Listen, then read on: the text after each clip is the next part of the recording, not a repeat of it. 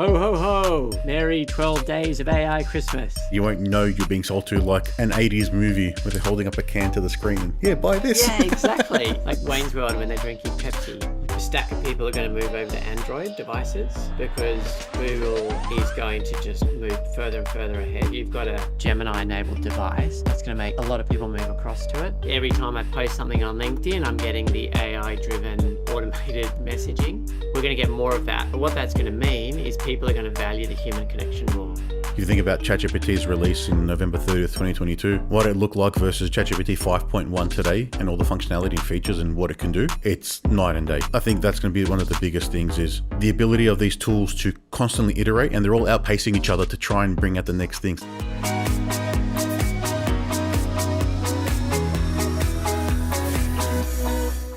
Welcome to the DevReady podcast. We're finally here for the 12th day of our DevReady podcast Christmas Guide to AI with Gareth, and here's just a bit of a chat around AI and what we found over the course of the year and what to look forward to next year. Gareth, I'll let you take it away. Ho, ho, ho! Merry 12 days of AI Christmas. There's things that I see for 2026 is a stack of people are going to move over to Android devices because Google is going to just move further and further ahead. Like it's really, so if you've got a Gemini enabled device, that's going to make a lot of people move across to it. We're going to see ads big time in ChatGPT, and that's going to open a whole can of worms because ethics and not just ads, but deeply personalized in context advertising, is that the right thing? And how will you know you're even being marketed to anymore? It's not just like Google ads where they're curating. Yep. It'll be weaved into the content and you won't know you're being sold to like an 80s movie where they're holding up a can to the screen and buy this. Yeah, exactly. Like Wayne's World when they're drinking Pepsi. Yeah. And then there's going to be a big, even more, like we'll see more language about sovereign AI capabilities, but not just high level thoughts in the press. Australia really getting its act together to start to actually realize that we need to get that happening.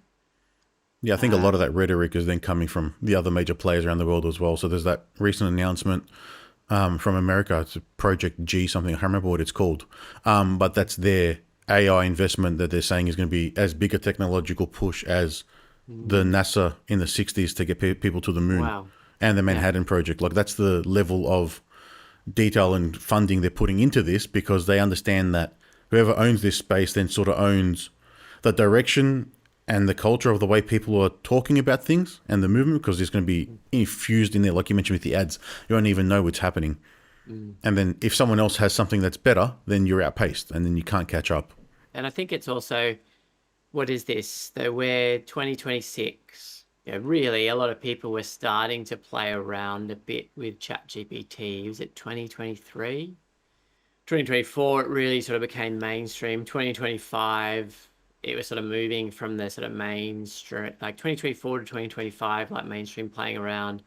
Businesses really starting to do it. So the big pattern we saw in 2025 was it was much easier to sell AI. Like 2024, people wanting to talk about it, but not as many people were willing to put cash to it. Yep. We got asked to do a whole lot more training in 2025. But even that was the tip of the iceberg. So I think you'll have super users who've been using it a lot for a couple of years now. I just think in 2026, we'll see new business models emerge and new businesses that we can't even really think about now, because that sort of 1 or 2 years of adopting it a lot will start to really, that iceberg analogy where you're up top. We've been playing around the tip of the iceberg. We'll start to see more people burying underneath and doing stuff that was just unheard of before. Yeah, and there's 3 years of development and innovation and things that have happened. If you think about ChatGPT's release in November 30th, 2022, what it looked like versus ChatGPT 5.1 today and all the functionality and features and what it can do, it's night and day. I think that's going to be one of the biggest things is the ability of these tools to constantly iterate, and they're all outpacing each other to try and bring out the next thing. So everyone jokes about there being the newest model every week, but there literally is. Was it Grok 4.1 one day was the best model in the world. The next day, Gemini 3 Pro is the best model in the world. It happened a day apart. So it's really getting the ability to then use those tools the right way and understand what's actually possible in them. And that conversation is definitely being made easier by those tools to then get people like yourself in for training, or people like ourselves in to then build solutions that use AI, because now a lot more people understand the capability of them and they can understand how to utilize them in their business to get some benefit. It's not just, oh, it's an email writer or it writes blog posts for me, which I think was the sentiment around a lot of business for the longest time. I think as well, one hypothesis I have next year is a bit of consolidation. So the first couple of years, lots of calls, all sorts of stuff being built. I think you'll see a lot of, and we tell so many organizations, is you can do 98% of what you need to do with a team or enterprise account for ChatGPT or Claude or Gemini. And we're still 2025. There was a bit of the fancy demo, and we'll jump onto all the latest stuff. And this company's doing XYZ. We need to do it ourselves. I think businesses are going to realize we don't need 1,000,001 things. We don't even really need our own proprietary custom stuff. We can probably do a huge amount with a license to ChatGPT with our teams trained the right way. So I have hypotheses we'll see a little bit of a consolidation across the market. And really, I think the big winner in 2026 is going to be Google and Gemini. Yep. It's even just the last couple of months. I think they're really like after the night. What was it? 2024, the nightmares they had with Bard. Yeah, Bard was, everyone just wrote off Google and thought the AI race was theirs to lose, I think is how it was worded, and they effectively had lost it at a point until they released the rebrand of the Gemini models. But yeah, that's really going to change. I think if you're looking at company wise, the Alphabet, and the difference with them is they make their own processing chips. So they've got the TPUs, the tensor processing units, which compete with NVIDIA. So not only are they like OpenAI and able to deliver models at the frontier level, they can also build their own hardware to train everything on. So they're not beholden to NVIDIA either. So that's probably another leaf in their, another cap in their bow, or however you say that statement, that puts them ahead of where everyone's thinking. And it also makes me think about Microsoft. So Microsoft getting their act together and also reducing their reliance on OpenAI, because they are now, you can use Anthropic or Claude to one level in Copilot. Yep. So there's the functionality and features and just Copilot working better, which I really hope happens. It's kind of getting good. It's still not consistently effective, though it is good in patches. I'm sure Microsoft, brilliant people working there, they'll get their act together. They'll sort of reduce their reliance on OpenAI, and we should see really great things coming out of Microsoft. And then it'll really be that battle between, you get Microsoft and Gemini, because if Anthropic and Claude and ChatGPT are inside sort of Copilot, it really is this, well, my belief, I could be completely wrong here, my belief, you got your Microsoft and Google, and I'm really fascinated to see what role the Chinese models play. Like Europe, after Mistral, I think we're just, and the changes with regulation over there, I just don't know what, if anything, is going to come out of Europe next year. Well, Anthropic's the one leading probably the Europe space with more regulation and probably more emotional intelligence and review of models, where you've got, the OpenAI just running ahead, leading everything. And then Grok probably not too far off, but they do have access to a lot of data that the other companies don't have, which will be interesting. But yeah, what you mentioned there with Google and Microsoft, they do own the productivity suite for businesses effectively. You're the G Suite or you're Microsoft. There's no real other option if you're an organization. So if they can get that embedded use right, you don't necessarily need to go to ChatGPT anymore or Claude, because you're in the tools, it's got context. The context is what makes the difference. That's why I don't swap to Anthropic, because I've been using OpenAI for 3 years now. It's got all my chats. There's a lot of context and memory there. I don't want to have to then shift and move things because it knows stuff. Yeah. The other thing I think when I'm thinking about 2026 is the continued rise of that term AI slop. It's kind of different to slop, but like AI-driven spam. Spam is spam. End of the day, it's just AI is going to put it on steroids. So I'm getting regular outbound AI calling.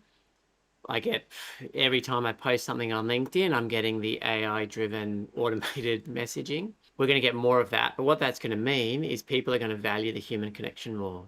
I think there was people hypothesizing in 2025 about, well, if AI can generate art, human generate art would be given a certain value. Like AI generate art is awesome, but I do believe that there's going to be a premium attached to human generated content, human interactions. There are even groups up where I live around the Gold Coast and Byron.